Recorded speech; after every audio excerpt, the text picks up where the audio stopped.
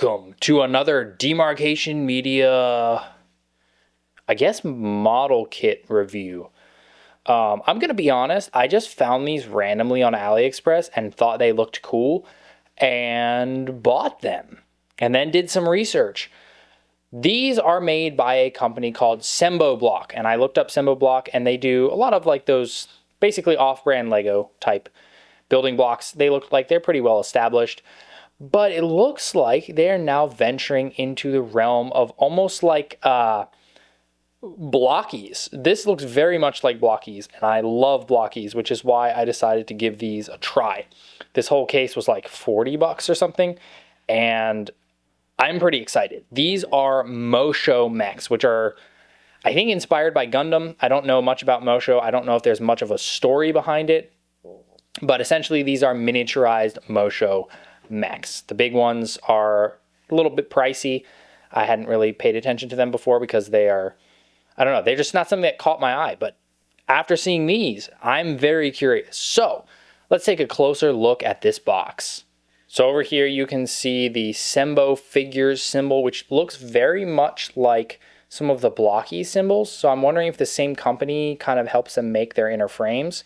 We got progenitor effect. I don't know what that says, but we get to see a bunch of our mechs here. I really like the graphic design. I think it's really nicely done, very eye-catching. There's collectible cards as well, and you can see it says super movability, and this is series 1, so we might see a series 2 at some point. Here, again, fantastic graphic design. These Chinese-made like model kit toys always have such great box art. I am always very impressed. We get to see our whole lineup. Now, there are, 6 figures, but there are also a chance of 3 rares. So we could get a variant of the white that's a dark one, a variant of the blue that's metallic, and a very, very rare variant of the red one that's metallic. That is, the chances of that is 1 out of every 720 made. That is very slim odds. Around the side, we get to see a bit of the inner frame in like wire work, and then we got this on that side. That looks so cool, so cool. So box art so far, very impressive. Let's get this thing open. So if you're careful and cut the right lines, you can get this little flap out, and this essentially is what you would see in a store. Look at that. That is pretty sick. It honestly looks very, very similar to the Blokees blind boxes. So I would guess that there are some stores in China where you can just walk in and see these on the shelves. I dream of one day seeing cool toys like this on the shelves again, because to be honest, a lot of toys in America that you just see randomly on shelves are kind of crap. And the Chinese know what's up when it comes to cool toys. So this, oh my gosh, this literally is just like a Blokees box. Holy moly. It's like a Gundam Blokees. So we get to see our main mech here. Some art on the side. We got the inner frame. That's pretty cool. F11 figures. Yes. Wait, F11 figures. Yeah, F11 figures. I think that's part of what Blokees does. I don't know. There's some connection between all these Chinese companies. I don't quite understand it. But you see the Sembo Block. And yeah, so these are blind boxes. So what we're going to do is there is going to be a live stream of opening all of these. You can go and watch the replay up in the corner. And once they're all built, we're going to take a closer look because I'm super curious about these. And there is all 6 figures put together. So there is rare variants that you can pull. You can pull a metallic red for this dude. You can pull a metallic blue for that one. And you can pull a dark mode version of this one. I did not pull any of those. So you're not going to be seeing those in this video aside from the photos that I throw up on the screen so that you know what's out there. It's a little strange having 3 potential rares for only 6 figures, but hey, that's what they decided to do. So first what I want to do is I want to grab some things to give you some size comparisons, because these are very similar to some things, but also very different. So first of which being Blokees. So we're going to go grab some Blokees figures to get them alongside and see how they compare. So I will say right off the bat, before we even get into the size comparisons, I was not as immediately thrilled with these little kits as I was with Blokees when I first found Blokees. Blokees basically had everything that I had hoped that they would have in terms of posing and quality and all that. Design work, all of it. I was just very, very pleased with it right off the bat. These guys, there's some iffy bits, but they are basically the same size. Much of their inner frame is similar. However, there are many other, like, it's odd. They have similar build, but not quite the same. And we'll talk about them more later when we get to articulation. But size-wise, they are pretty much exactly the same size. Here's the original Classic Class Optimus Prime. You can see he is a little bit taller. And then for more standardized size comparisons, here is a Black Series Mando. So you can see this guy is probably around 4 inches tall.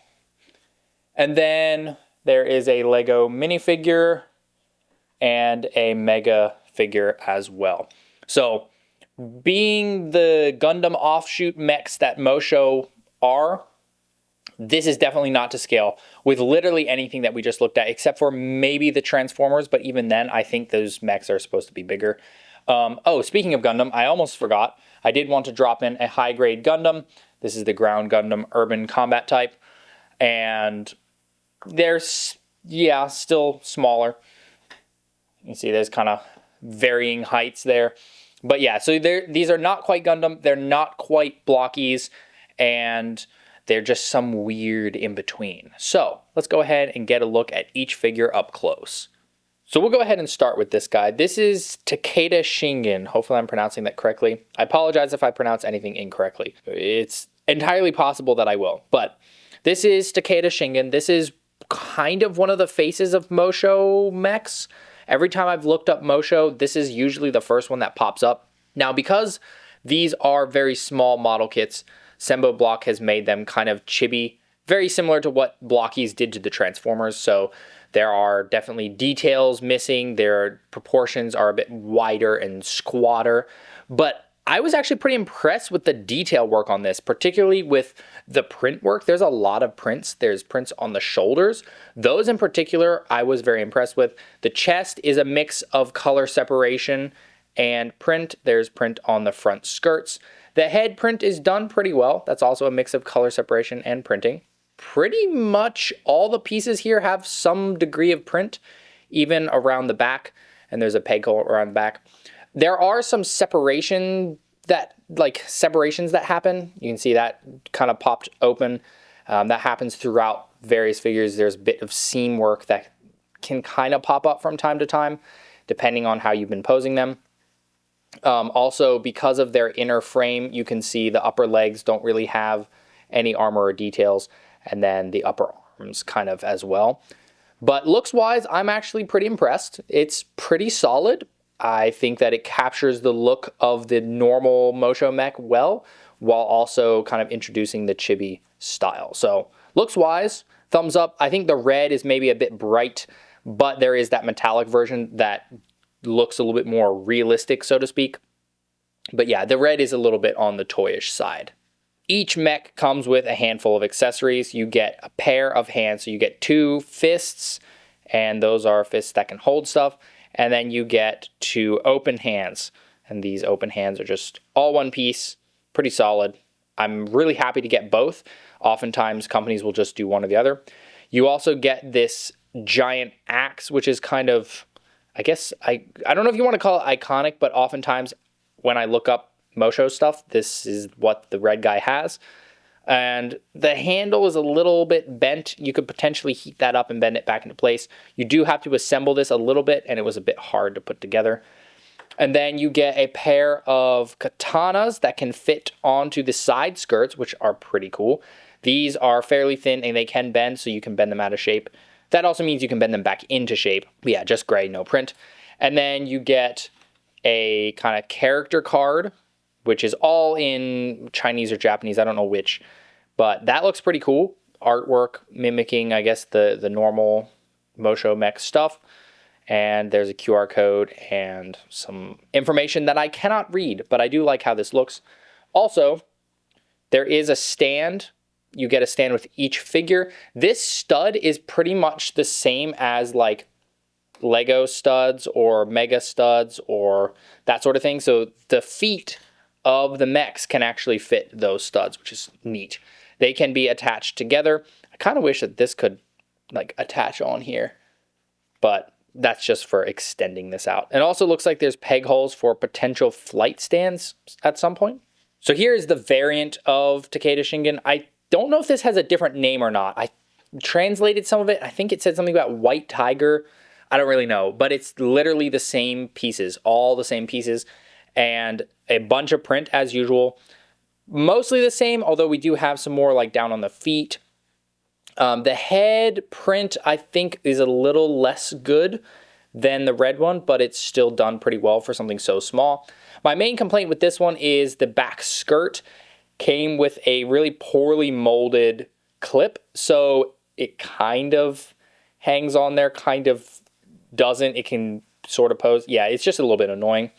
But the white looks pretty good. It's not a straight white. It's kind of an off-white, slightly buttery, yellowy white, which is cool. It's not yellowed. It just came this way. That's the color it's supposed to be. So I like that they didn't just do a normal white for this thing. It kind of makes it stand out a little bit more. I do think that the gold for the big horns on the head looks better on the red one. I think the bright yellow needed a little bit of something to make it less toyish. Overall, though, looks pretty good. I don't really have any massive qualms with the looks here, other than the seam on the knees is a little bit unsightly at times. The accessories are all pretty much identical between the two. You get the pair of swords again. You get the axe, this time in gold and white. It's pretty cool. You get the hands. He's got both his fists, so here's both his open hands. And then the stand, and then you get his character card, which looks honestly awesome. That's fantastic. I love that artwork. And it's so metallic too. So accessories-wise, identical to the normal Takeda Shingen, but this is just slightly different colors. Next up, we have, I believe this is called the Date Masamune. Date Masamune. I hope I'm totally butchering that. Basically, it looks like Date Masamune, but the pronunciation that I found said it was Date Masamune. This one is another one that is kind of poster boy. This and the Takeda Shingen are the two that I see most often. This one also, I believe, is some special version based on the chest. Like, I don't think the normal one has that, or the big mech, or maybe it's a light up. I don't know. There's a card that shows one glowing and one not. We'll look at that in a little bit. But again, proportions, very chibified. The detail work on the armor pieces is really fantastic. I am loving how much detail is packed into these tiny, tiny little pieces. That big like half moon horn on the head is very iconic looking. Around the back, you can see the back of the helmet looks very much samurai-ish. And you can also see on the back of the legs, there is some of that separation that I said would happen. There's also print work all over this guy. Like, it's crazy how much print they put on these things. Such tiny prints too. Stuff that I would assume people would put on Gundams as like, I don't know, like the tiny little decals and whatnot. So looks-wise, pretty awesome. That head, the white isn't the best. I think the white for the mouth could have been done better. Also, the head design could have been done better because it very much limits posability, which we will talk about later. But looks-wise, pretty darn cool. The accessories here should be starting to look familiar. We get the stand. We get one katana, just a singular katana, same mold as the other ones. And then you get the hands, of course, because all of them come with the hands. The difference here is you get this sniper rifle, which is pretty cool. It's got print work on it. It's a bit like the big part is kind of slightly bent, which is a little weird. But yeah, that's kind of cool. The handle's a little bit weird because it's so tilted backwards that you kind of have to pose the arm funny to be able to get it in there. I don't really know why they chose to do that, but they did. Other than that, though, I think it's pretty cool. And then we get the character card, which looks absolutely awesome, just like the other ones. That's so cool, the wireframe kind of look. And then if somebody wants to try and read that or whatever, you can. But yeah, cool accessories. I wish the sniper was not weirdly bent like that, though. And here we have the Date Masamune, but edgy. This one has black or a very, very dark purple and then a lighter purple. The chest is green, which is pretty cool. Same print as the other one all over, but we've got some in white and some in that purple color. The big moon fin looks really nice in that kind of lilac. Yeah, it's literally the same. So apparently Sembo Block likes recycling molds, which if there are variants like that of the bigger mechs, then I'm like, oh, go for it. Use those molds as much as possible. I do think this color scheme honestly probably looks better than the normal blue one, but that might just be me. The black and purple is a very cool color scheme. Am I becoming edgy? Okay, we need to move on because I'm about to become too edgy. But yeah, this looks awesome. Details, great. Same as the other one. Molding, great. The faceplate, though, again, the white could have been printed better. Hey, look familiar? Well, it should, because this is the same accessories as the normal Date Masamune. So, stand, sword, character card. Oh, that's so cool. Am I edgy? Because that just looks so slick to me. The little glow on the eye, too. Oh, yeah. And then hands. And then rifle. This rifle has purple on it. And it is not bent. So that's nice. Again, the weird handle, though. I don't love that handle.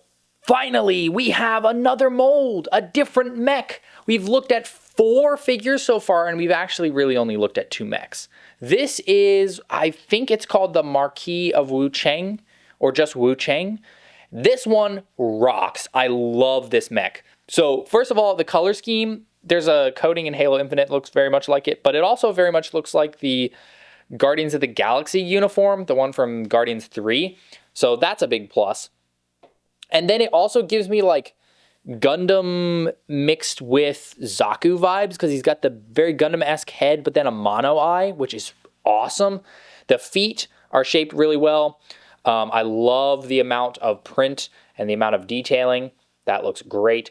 Again, the legs, you kind of see that there's no armor there, and it's a little bit of an eyesore sometimes in some cases.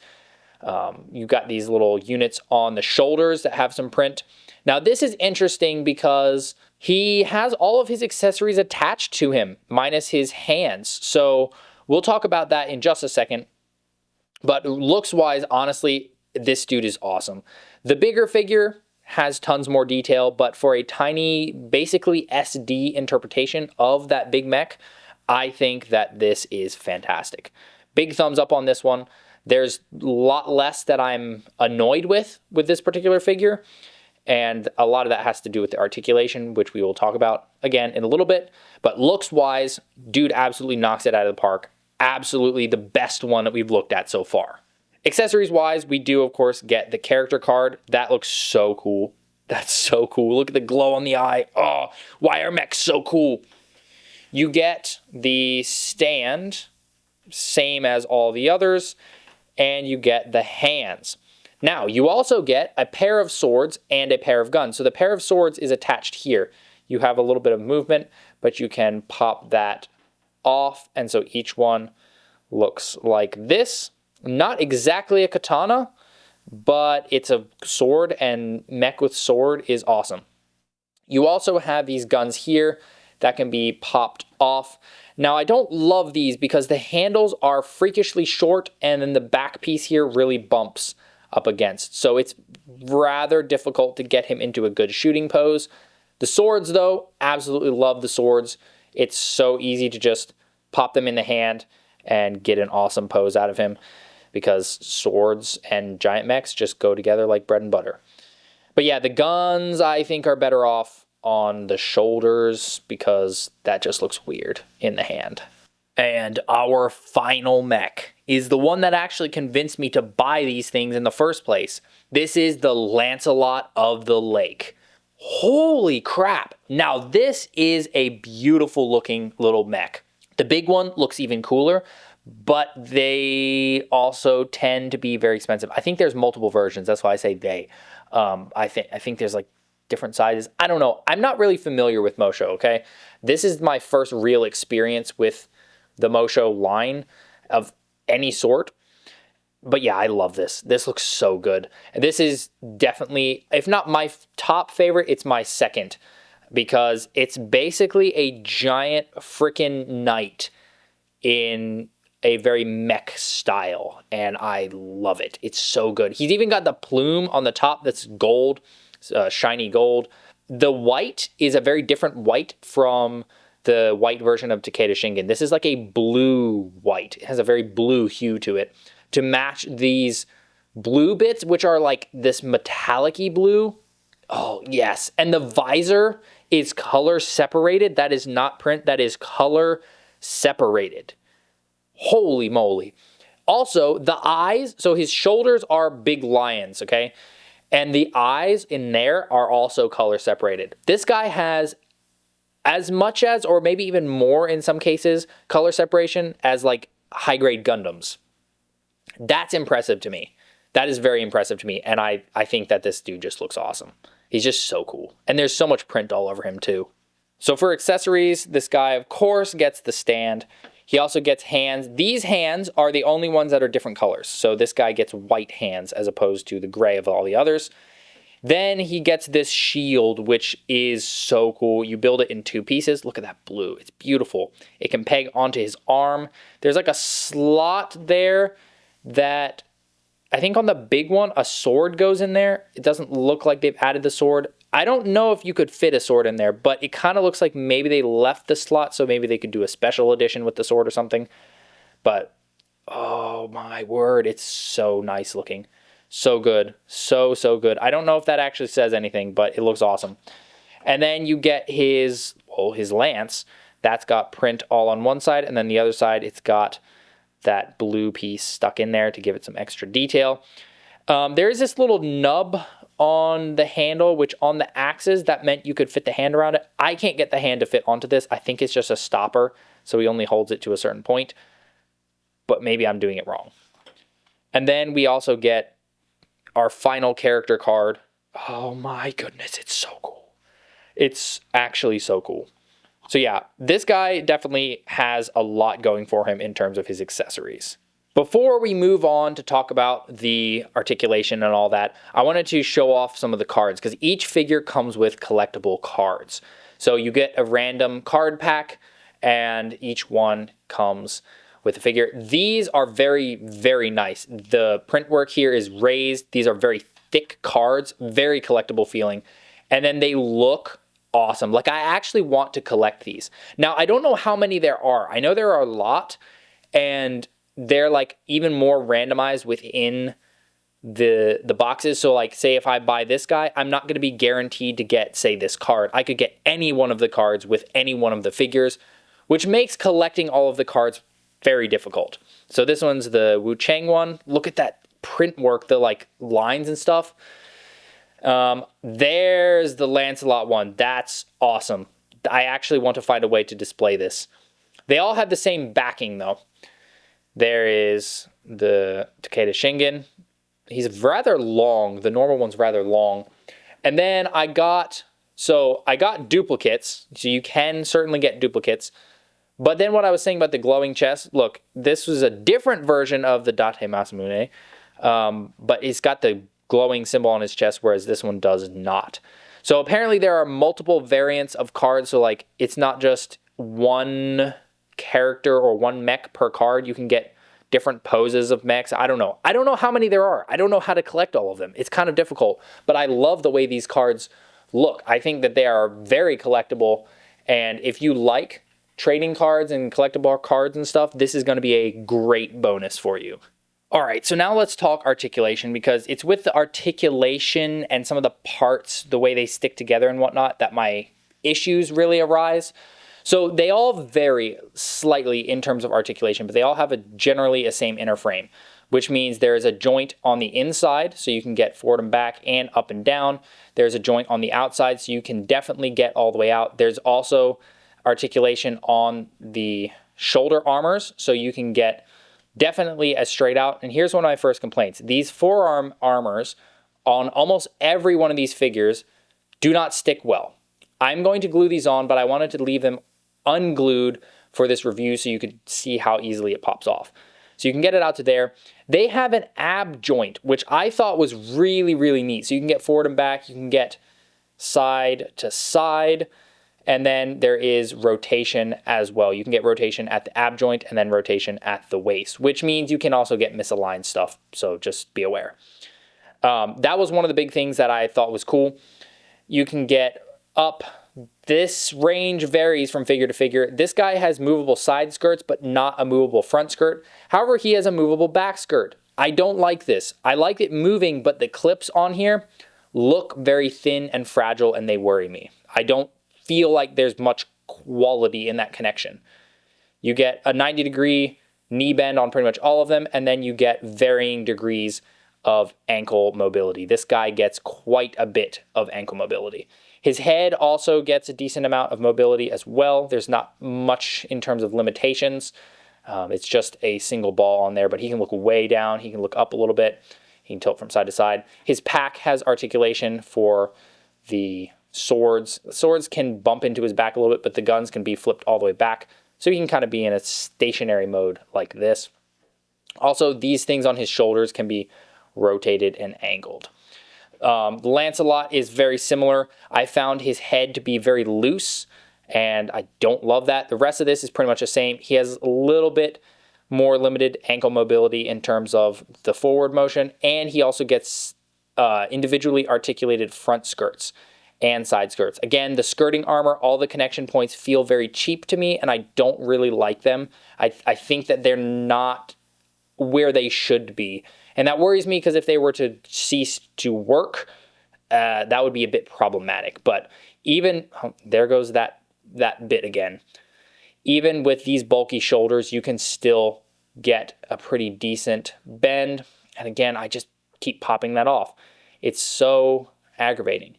Another thing to note for the elbow, you can get a full bend there, but you can also rotate that joint independently. So you can rotate the forearm and you can rotate the upper arm. So you can get poses that might be limited by this armor. You can still get it by rotating it around, which is pretty nice. But again, if those pop off, trying to rotate this is a pain because it just boink comes off mid posing. For these two, they're very similar to what we just looked at. The Shingen is very similar to the WuCheng in terms of not having articulated front skirts, whereas the Masamune does. Both of them have the articulated back skirts, which again, I don't really like. I feel like they're going to fail at some point. These shoulders are really cool. You actually have, we're going to set this guy to the side. You actually have articulation here as well as articulation here. So there's not much in terms of limitations on the shoulders. The feet are a bit limited. And then you also have to be careful with this guy because the side skirts are so long that if you bring it up and then bring this down, you can actually catch the knee on the side skirts. And if you're not careful, you could potentially yoink that off. Head is fairly limited, like not actually that bad, but if you have the shoulders up high, you start hitting the shoulder actually with the big mane. So that can be a bit problematic. But the real problematic one is this guy. Most of his posing is great. Here, if you want to get the full bend at the arm, you do have to rotate the armor out of the way, like so. But that head, oh boy, that head allows from side to side about that much. Upward, nothing. Downward, barely anything. And then if you really finagle it, you can start getting more. But then you kind of are almost popping it off and popping it back on. So it's not great. I feel like they should have come up with something else for that. And also, this guy and this guy, a lot of them, honestly, except for the WuCheng, they have loose neck joints. And the peg section in there, like this, that's very thin. And I feel a bit worried trying to tighten it. So again, my main complaints, other than some of the limited articulation, is that I don't feel like their quality is quite up to snuff yet. I think that they need to work on strengthening some of the attachment points for the skirting armors and the heads and whatnot. So quality is not fully there yet. The plastic feels pretty good, but some of the way that their design quality needs to go up. Like when I got Blokees for the first time, blown away by the quality, so solid. These guys, I was hoping for a similar experience, but they ended up being a lot more fiddly, and that kind of dampened the fun of them. The pieces popping off are just, it's just a big downer. And then, you know, being worried that pieces will break over posing, that's also a big downer. So there you have it. That is the Sembo Block Moshow Mechs Wave 1. Or I should say, the progenitor effect Moshow Mechs Wave 1. I don't really know what the progenitor effect part of the name means, something about these particular suits. I don't know. If one of you guys knows more about Moshow lore, if there is lore, please let me know down in the comments. I think these are kind of cool, but they're also kind of fiddly. So these are not just a flat out me recommending them to you the way I do Blokees, because Blokees has just been consistently so good. These feel like first runs. So like the detail wise is fantastic. I mean, there's a few little hiccups here and there, but some of the design I think needs work, primarily when it comes to the clips and attachment points on the head and the skirts, like I was saying. And then they also need to work on the handles for the guns, because those are just poorly angled and require bad posing. I also feel that these are rather expensive for the amount of fiddliness that you get with them.